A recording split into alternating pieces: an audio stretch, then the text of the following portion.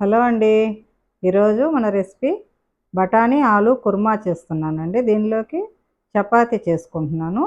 దీన్ని ఇలా నేను ప్రిపేర్ చేసుకుంటున్నాను. బఠానీలు ఇలా నానబెట్టుకుంటున్నానండి. ఒక కప్పు నిండా బఠానీ తీసుకొని ఇట్లా వాటర్ పోసి 8 గంటలు నానబెట్టుకున్నాను. నానినాయి కదండి. ఇట్లా ఇవి కుక్కర్లోకి వేసుకుందాం ఇప్పుడు. ఇట్లా నానబెట్టుకుంటే బాగుంటుందండి. బాగా ఎక్కువ నానితే బాగా వస్తుందన్నమాట కర్రీ. దీనికి 3 బంగాళాదుంపలు తీసుకున్నాను. ఇవి తొక్కు తీసేసి కట్ చేసి పెట్టుకొని ముక్కలు, ఈ నానిన బఠానీలు అన్నీ దీనిలో వేసి కొంచెం సాల్ట్, కొంచెం పసుపు వేసుకున్నాను. కొంచెం ఒక హాఫ్ స్పూను ఆయిల్ వేసేసి కుక్కరు ప్రిపేర్ చేసేసుకొని పెట్టేసుకుంటున్నాను స్టవ్ మీద. పెట్టేసుకొని ఒక 3 విజిల్స్ రానివ్వాలండి, సరిపోతుంది దీనికి. ఈలోపు నేను గోధుమ పిండి తడిపి పెట్టుకుంటున్నాను. ఇది మల్టీగ్రెయిన్ పిండి అండి. దీన్ని ఒక 2 కప్పులు తీసుకుంటున్నాను నేను. మల్టీగ్రెయిన్ వాడుతుంటాను నేను. దీనికోసం ఒక హాఫ్ బౌల్ నిండా పెరుగు తీసుకున్నాను. మళ్ళీ ఒక హాఫ్ బౌలు వాటర్ యాడ్ చేసుకొని బాగా ఇలా కలుపుకోవాలండి. ఇంతే, ఆయిల్ అక్కర్లేకుండా ఇలా కలిపి పెట్టుకున్నా బాగా వస్తుందండి. కొంచెం పెరిగేస్తే టేస్టీగా బాగుంటుందండి చపాతీ. మనకి ఇలా చేసుకుంటా అప్పుడప్పుడు ఇట్లా పెట్టేసుకుంటే మూత పెట్టేసుకొని ఒక హాఫ్ అన్ అవర్ నానిద్ది. ఈలోపు కూర ప్రిపేర్ చేసేసుకుంటాను.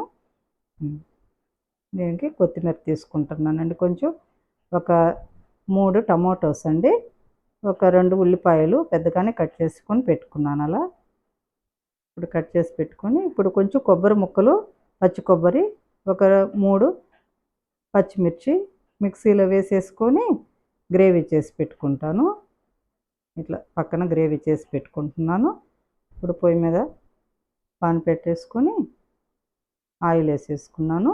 కొంచెం బిర్యానీ ఆకులు ఒక 2, దాల్చిన చెక్క కొంచెం, మరాఠీ మొగ్గలాగా కొంచెం ఒక్కటి లైట్గా వేసేసుకొని సాజీరా వేసుకొని కొంచెం వేగిన తర్వాత ఉల్లిపాయలు వేసేసుకున్నాం.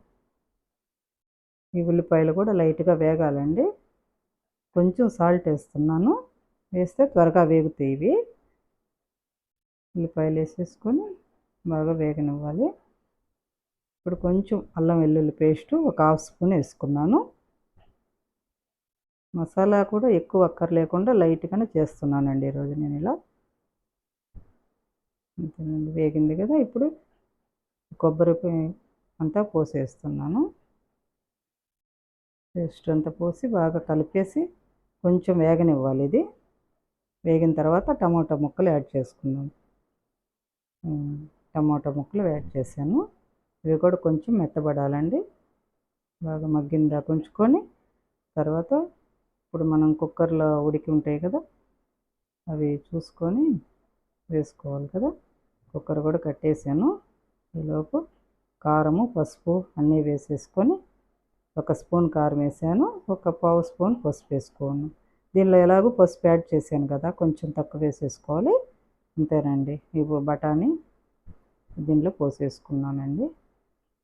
ఒక నిమిషం అలా మగ్గిన తర్వాత మనం గరం మసాలా యాడ్ చేసుకున్నాను.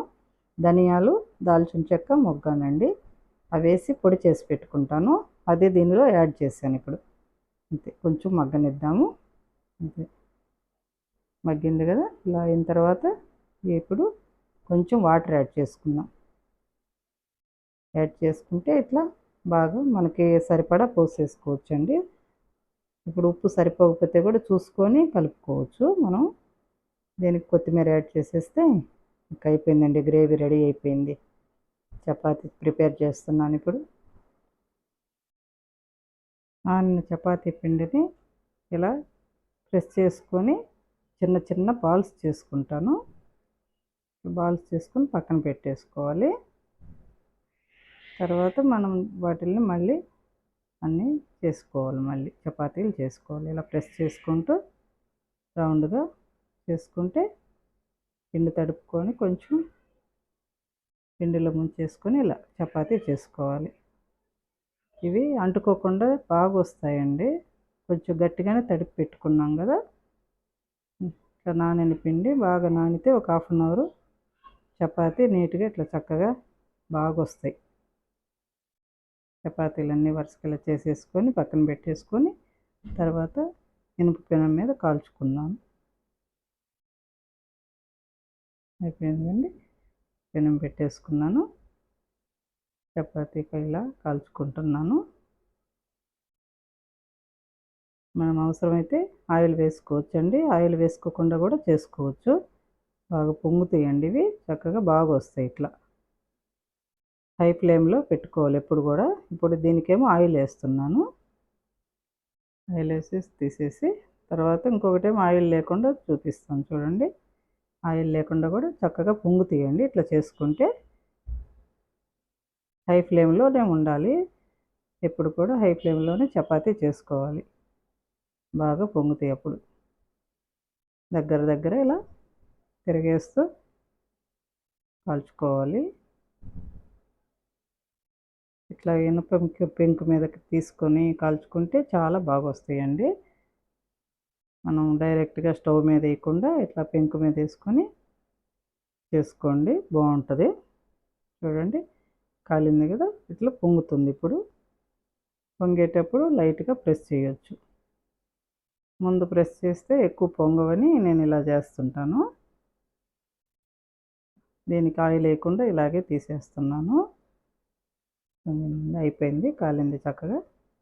తీసేసుకుంటున్నాం. ఇలాగే మిగతాయన్నీ చేసేసుకుంటున్నానండి చపాతీలు.